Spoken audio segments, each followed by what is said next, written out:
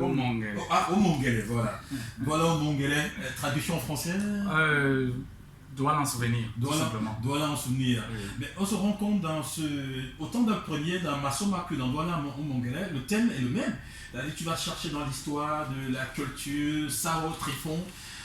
Oui, bah, là je balade un peu. En fait, c'est un appel aux touristes. Voilà, c'est un appel aux touristes. C'est-à-dire, je balade quelqu'un et je lui dis allez, viens visiter Douala. Tu vas découvrir par exemple le soldat inconnu, tu vas voir le pont sur le Vouri, tu vas voir là où Douala Mangabel a été assassiné, tu vas voir. Tu vas manger des nyondo, tu vas voir le biatoé. Mais ouais, j'ai suivi les saunas de l'autre côté. Et bien voilà, justement, si vous le prenez à l'écoute, sachez qu'on est justement avec Simon Gaka. C'est notre invité du jour. Alors, il a plusieurs casquettes et on aborde au fur et à mesure. Alors, Simon, au-delà du fait que tu sois journaliste, tu es également écrivain. Oui. Et bien, comment tu arrives également dans l'écriture? Est-ce que tu es... Moi, je ne choisis pas, je n'arrive pas par... Comment est-ce que l'écriture te choisit? J'écris depuis l'âge de 12 ans. Mais le problème, c'est que, à part c'est pas le problème, ça veut dire que le fait, c'est que à l'âge de 12 ans, je n'étais pas publié. Oui. Mais j'écris, par exemple, lorsque je sors en 2019, Destin lié, il a été écrit 12 ans. 12 ans avant. Ben oui. Donc je l'actualise tout simplement et puis j'en fais un roman de 2019. D'accord. Et lorsque je sors, par exemple, Prisonnier de l'informel. Oui, Prisonnier de l'informel. Prisonnier de l'informel, oui. En 2020, oui. Il a été écrit 4 ans avant. Mais avec des petits bouts qui ont 10 ans, 12 ans avant. Donc ça veut dire, moi j'ai toujours écrit. Ben oui. Parce que j'ai lu également, j'ai lu énormément. Ben en réalité, donc tu devrais venir avec ces bouquins. Finalement, toi, combien de bouquins sur le marché déjà? J'ai 2 bouquins et j'ai le 3e qui sort dans 7 mois. Mais je devrais les avoir dans cette émission. Mais là, c'est pas sérieux. Bon, on peut faire une prochaine émission et puis je viens avec. Mais non, hein. Attends, sérieux, déjà 30 minutes. Ben voilà, justement, tu également. Mais tous ces bouquins sont disponibles en ligne, ils sont disponibles sur Amazon, sur Fnac, sur. Ah, d'accord. Oui, finalement, vu que c'était la plateforme consacrée. Et tout le reste, dans toutes les plaques, même Rakuten, qui sont partout. Ben oui. Tu es également auteur, compositeur, chanteur, arrangeur et producteur. Ouais. Et pas seulement d'ailleurs. Ouais.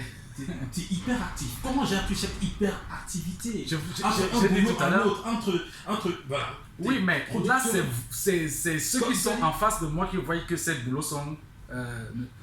pour moi, c'est un tout. C'est un tout. C'est un tout. En fait, je ne sais pas comment expliquer ça, mais moi, je vois ça un tout. C'est-à-dire, je peux passer d'un clavier, c'est-à-dire je peux passer de Keybase, appelons ça comme ça, de Keybase à la production et de quitter de la production, aller jouer, grincer une guitare et enregistrer avec, et puis appeler quelqu'un, lui dire ok, je vais te faire un shooting demain matin. Et pour moi, c'est ici, et quand je suis fatigué ou je fais 8 heures de temps après, si j'ai 4 heures de sommeil, je me lève et je suis à l'écriture. Je suis en train de faire un papier par rapport au journal. Pour moi, c'est un tout.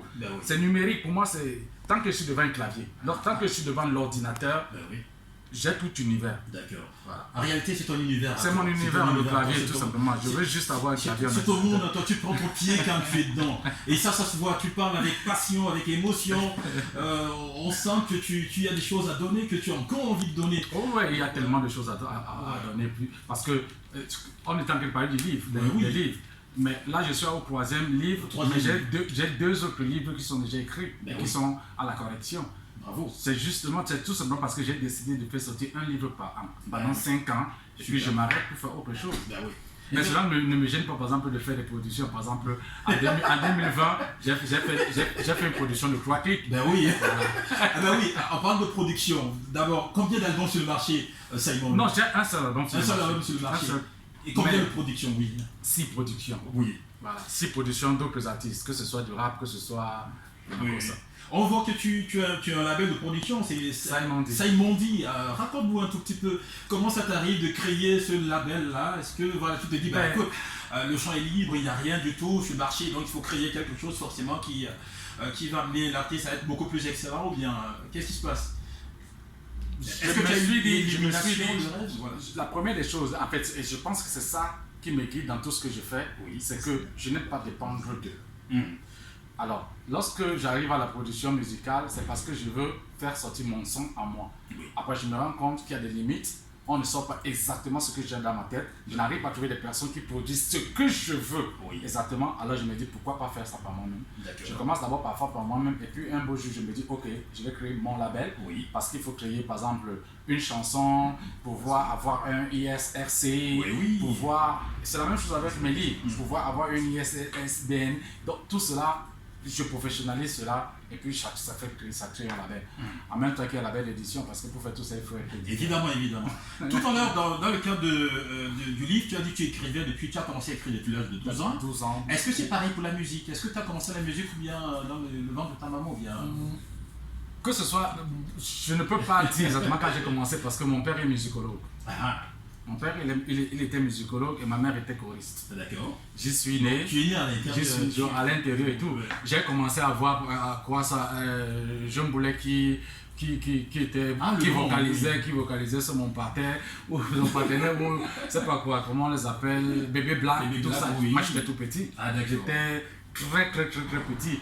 Je n'avais même pas peut-être 8 ans et tout, mais tous étaient là en train de faire les donc mon père, lui, c'est comme ça, donc j'ai vu ça très tôt. Est-ce que c'est ça qui a influencé ton penchant de Makossa finalement? En fait, moi je ne fais pas trop du Makossa. Oui. Je fais de la rock, mais de temps en temps je fais des Sewe. Oui. Le beau. Oui, non, des Sewe. Je fais beaucoup plus des Sewe. C'est que d'autres appellent le rap reggae, raga et tout ça, c'est des Sewe. Et je le fais un peu purement plus africain. Donc c'est ainsi. Ben oui, ça se ressent d'ailleurs. Et je voudrais qu'on écoute également notre son de toi, Divine. On va mettre notre son de Simon Ngaka, qui est notre invité du jour. Il est auteur, compositeur, j'aime bien le rappeler, auteur, compositeur, chanteur, arrangeur, écrivain, homme de lettres, homme de communication, en tout en un. Et il est devant nous ce soir, cet après-midi, pour le plaisir de tous les auditeurs.